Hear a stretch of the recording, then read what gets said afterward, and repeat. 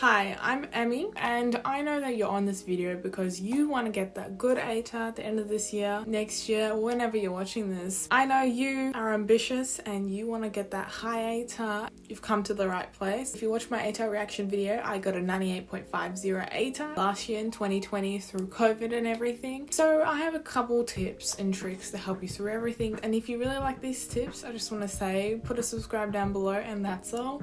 Let's go. Hi. First things first, find your motivation. That is what really got me through last year, especially during online school. You really lack the motivation after a while. You're just doing the same mundane, everyday tasks, and it just feels impossible to get through. So my motivation, I just kept telling myself that this year isn't that long in the scheme of my life. I can get through it, but each individual's motivation and key idea is individual to themselves. And a really important thing is to put it somewhere where you can see often. It can be your background on the computer, it can be motivation, inspiration board on the walls. I had one. So what I really recommend is just finding that key motivation that helps you get through year 12, whether that be you want to get a job aspiration, or you want to go to a specific uni, or you want to get this certain thing. That's really good to have in mind. However, let me put a disclaimer here.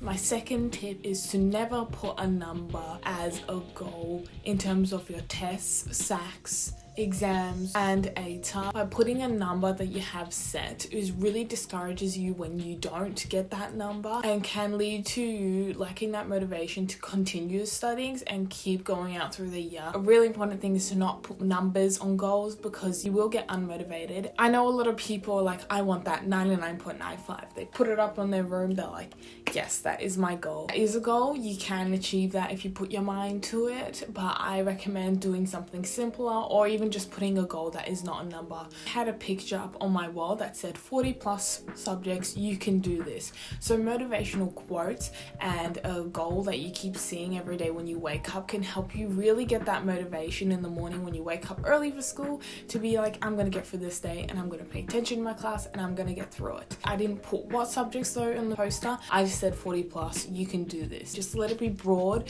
enough that it won't discourage you. So tip number 3 is now getting to the real kind of thing when you're starting school. So I'm posting this video past school holidays, but as you should know, tip number 3 is do your schoolwork in the school holidays. Don't take it as a complete break. Yes, I took a lot of break. I took a lot of days where I did nothing, and that's really good. You should take like 24 hours, 48 hours where you do absolutely nothing related to school. That 2-week period of your holidays in between terms, do a little bit of study. Most of the time I had a SAC the first week back, so I would always prioritize the first week of holidays as free and the second week of holidays as grind down, get back into the working of school. But the second week of holidays was always like not the studying I would do during school time. It would be less intense. Another tip is tip number 4, and this is to do with going ahead in subjects. For me, what I did is for maths based subjects, so as you know, I did specialist maths and maths methods. I tried to stay a couple chapters ahead every week. So once my teacher at school starts teaching that maths subject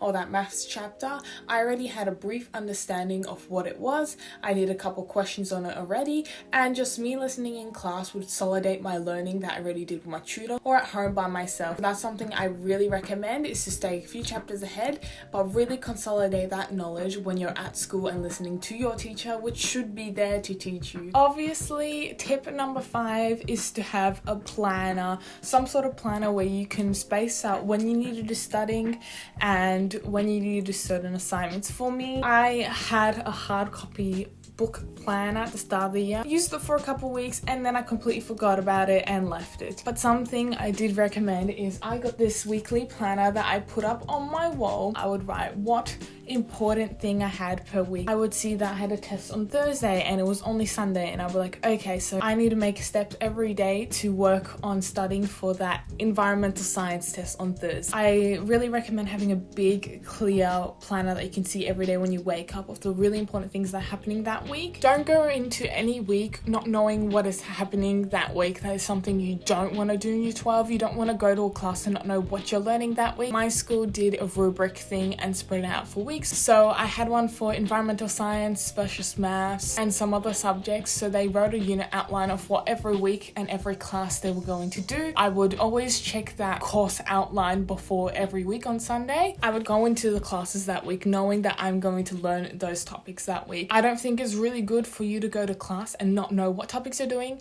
It's like going into a maths test and not knowing what topics are on the maths test. That's not really helpful. Even print it out. I printed it out and I kept it in a little folder, especially for those unit outlines. Tip 7, make sure that you have a special study place. I've mentioned this in other videos, but it's really crucial to have an idea of a place where you will go and study when you come back home from school. This is my studying space. It didn't look like this last year, but basically I would come to this desk, I would just come here. Everything was up on here that I needed, so I had my large weekly planner here, and I've taken it down, but I used to have notes and mind maps of other things. Everything is easily accessible in this desk in my own study area. I don't really recommend changing places where you study. Yes, it's nice to go to the library to study.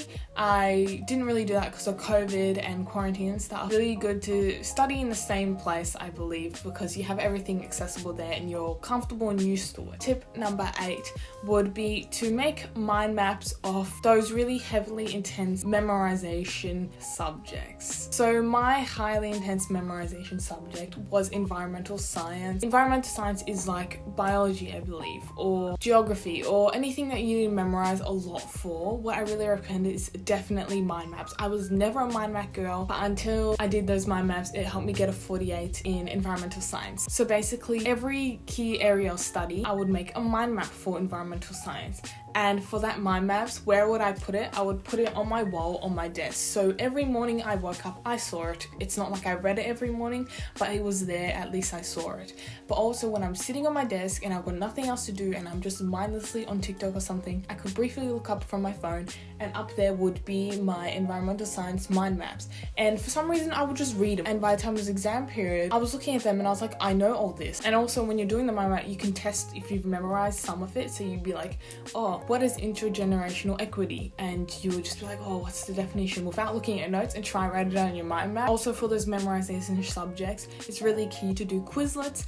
I really recommend Quizlet, so a link to Quizlet is down below, but I think you guys should be all used to Quizlet. I think I've been using it since like year 7. Tip number 9. This tip is to print out your study designs. Please do this. If you don't want to print it out, keep it on a bookmark on your Google Chrome or your Safari, whatever you use. Keep it bookmarked or keep it printed out and carry it with you everywhere. So I had this folder that I would carry all my special stuff with. I would also have the study design, so I would be like, what are we learning today that correlates to the study design? So for environmental science, if it was like, we are learning about regulating activities and stuff, I would go to the class, would learn about that, and I would go to my study design and check it off, or be like, yes, I know that. Study design is also crucial for you before SACs and exams, just so you can consolidate that you know everything for that area of study that's going to be tested on that SAC and exam. During my exam period, I looked at my study design and I saw if I had known that point, especially for environmental science. So for example, I'll take this point and I would just look at it, read it, and be like, okay, what's the definition of this keyword in that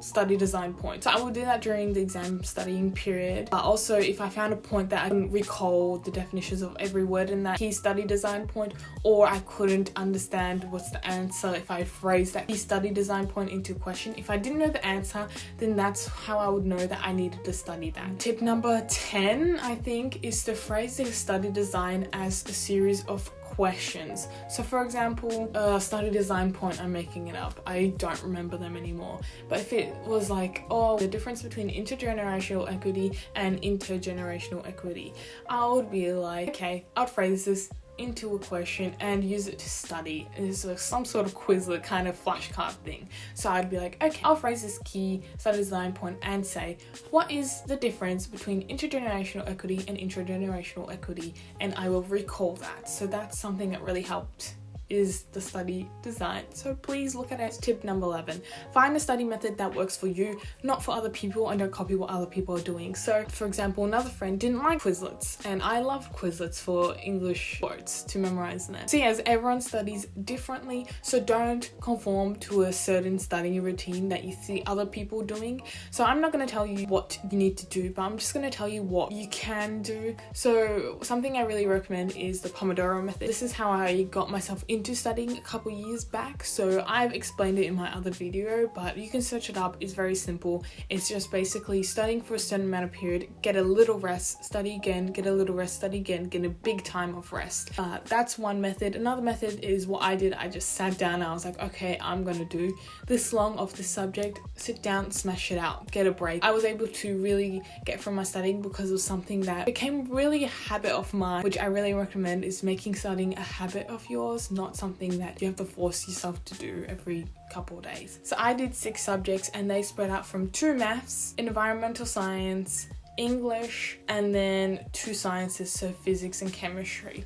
And how did I study them? Completely different. So for all of them, yes, I did write notes to consolidate my learning. So I really think a tip is to write notes for every subject and try and make it nice. I'm going to do a video on how I wrote my notes. So for all of them, write notes. Tip 12 is what did I do for different subjects. So yes, I wrote notes for every single one, but for example, chemistry, I would read those notes. And for chemistry, I mainly did practice questions and tried to consolidate my knowledge through practice questions and worksheets. Same as physics, I did the same. I wrote notes, but I didn't really read through the notes again and again. I did a lot of practice questions, so that's what I really did for science. For maths, again, a lot of practice questions, you want to do that. And on the other hand, for environmental science, like I said before, I did mind maps, Quizlets, and occasionally practice questions. That's what I mainly focused on. And for English, it was definitely memorization of quotes and writing lots of notes down, consolidating them down into a document. A really big tip is to find out what studying methods really work for each subject for you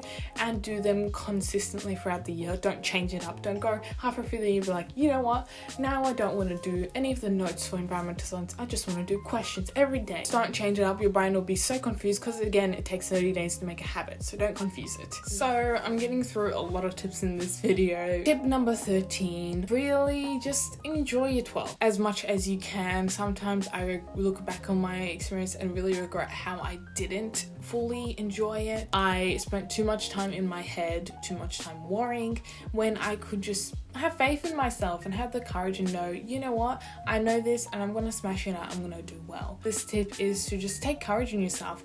Courage is the biggest form of motivation. If you don't have courage and faith in yourself, you won't be motivated to continue studying and helping yourself out. Instead, you just want to wallow in your sadness and feel bad about yourself and not have that motivation to continue studying. You will do well and you will just flourish. So don't be cocky and be like, I know this information, so I'm going to get 100. No, that's not what really helps you get places.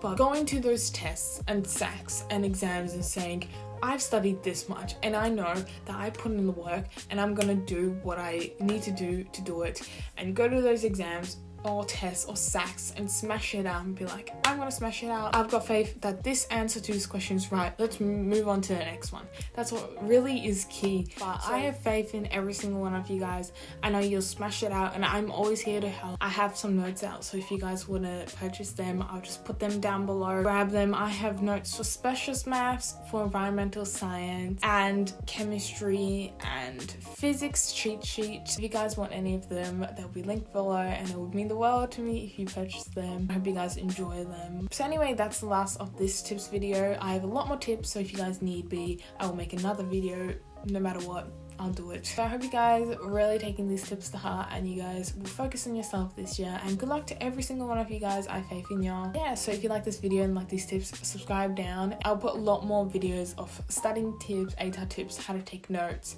how to make pretty notes, all those studying related videos will be posted soon. So subscribe down below so you can get access to those and get notified when they come out if you click the bell. But yeah, give this video a thumbs up and I hope you guys enjoyed, and make sure to stay safe and keep smiling, because the best thing you can do is keep smiling and know your worth.